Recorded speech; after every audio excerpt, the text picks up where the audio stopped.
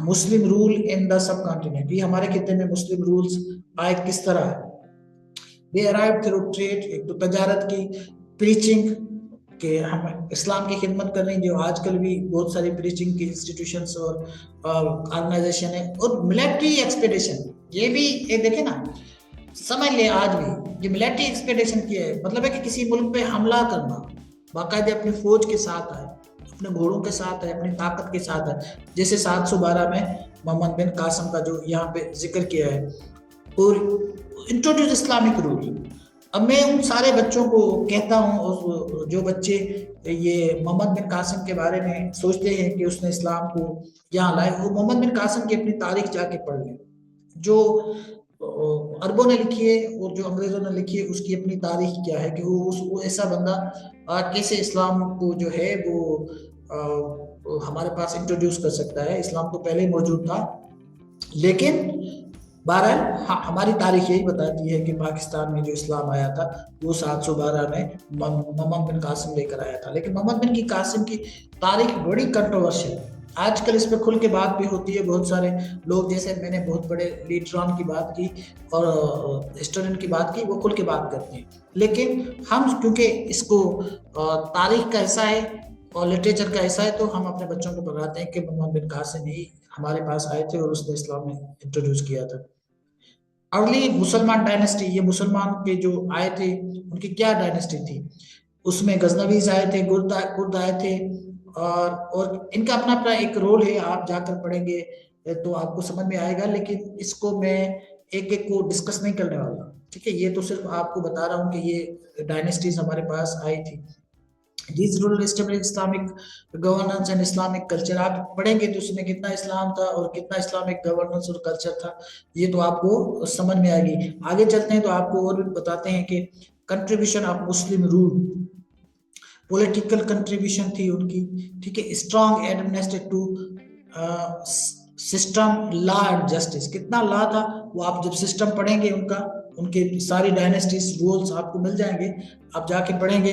अगर कोई किसी को नोट्स चाहिए तो ये अलग से सवाल आते हैं, ठीक है ना, ये तो सिर्फ आपको उसका इंट्रो बता रहा है, लेकिन इसके अलग से सवाल आएंगे, किसी भी किसका भी सवाल आ सकता है, मुगलों के दौर का सवाल आ सकता है, ठीक है ना। तो आप मुगलों की जो बादशाह थे, जो हुकूमत है, उस पर आप बात करेंगे। सोशल कंट्रीब्यूशन, ठीक है ना, end of the caste discrimination.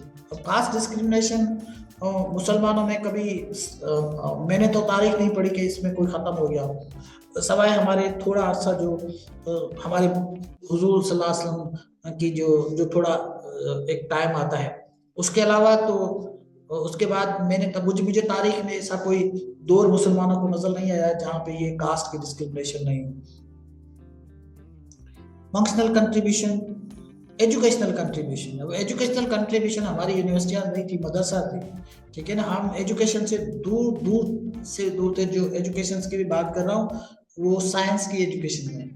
और दुनिया में इस वक्त जो है वो यूनिवर्सिटीज बन रही थी, ऑक्सफोर्ड बन रही थी, कैम्ब्रिज बन रही थी, और हमारे पास ये मदरसा और लाइब्रेरीज और ये अरबिक, प्रमोशन ऑफ अरबिक, ये ज़बानें हैं, ठीक है ना। ये ज़बानें कोई, इसका मतलब ये नहीं है कि अगर कुरान शरीफ उसमें लिखा गया है तो वो सबसे ज़्यादा ज़बान जो है वो अहम हो गई, बाकी ज़बानें उनकी हैसियत ख़त्म हो गई। बाकी बहुत सारे कौमों में, जैसे तुर्की वाले, वो अपनी ज़बान में कुरान शरीफ पढ़ते हैं। तो ये अपना अपना ख्याल है, लेकिन मैं तो आपको एकेडमिकली चीज़ों को डिस्कस कर रहा हूँ। Cultural contribution, architecture, mask, fort, ये तो ज़रूर बनाए।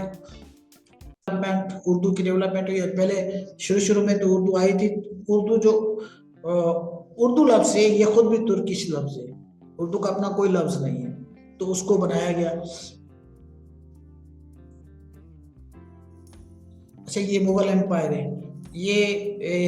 ये मुगल एम्पायर जो है, ये इनकी जो अपना ये 1857 से जब तक अंग्रेज आए नहीं इस हमारे खिते में, तो इनकी हुकूमत थी। आप इनका जाकर, ये हमारे बहुत ही सीनियर एक जर्नलिस्ट है, राइटर भी है, हसन निसार साहब, उनकी ये स्ट्रेंथ है, ये अकबर और जहांगीर, बाबर, औरंगजेब पे बात अक्सर करते रहते हैं कि इन्होंने कैसे अपने एक दूसरे की गर्दन उड़ाई।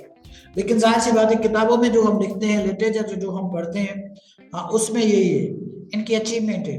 क्या अचीवमेंट है? आर्किटेक्चर वंडर्स, ताजमहल, कोई भी एजुकेशनल इंस्टीट्यूशन नहीं है। ताजमहल किसी औरत को रिप्रेजेंट करता है, ठीक है ना।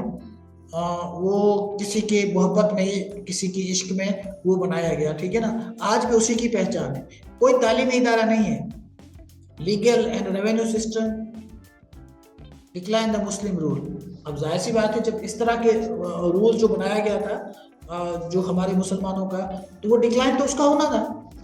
अब डिक्लाइन उसका क्या हुआ, रीजन जो लिखे हुए हैं, रीजंस इंक्लूडेड वीक सक्सेसर, मतलब पहले एक बड़ा मजबूत था, उसका सक्सेसर है वो थोड़ा कमजोर था, तो इसीलिए कमजोर हो गए।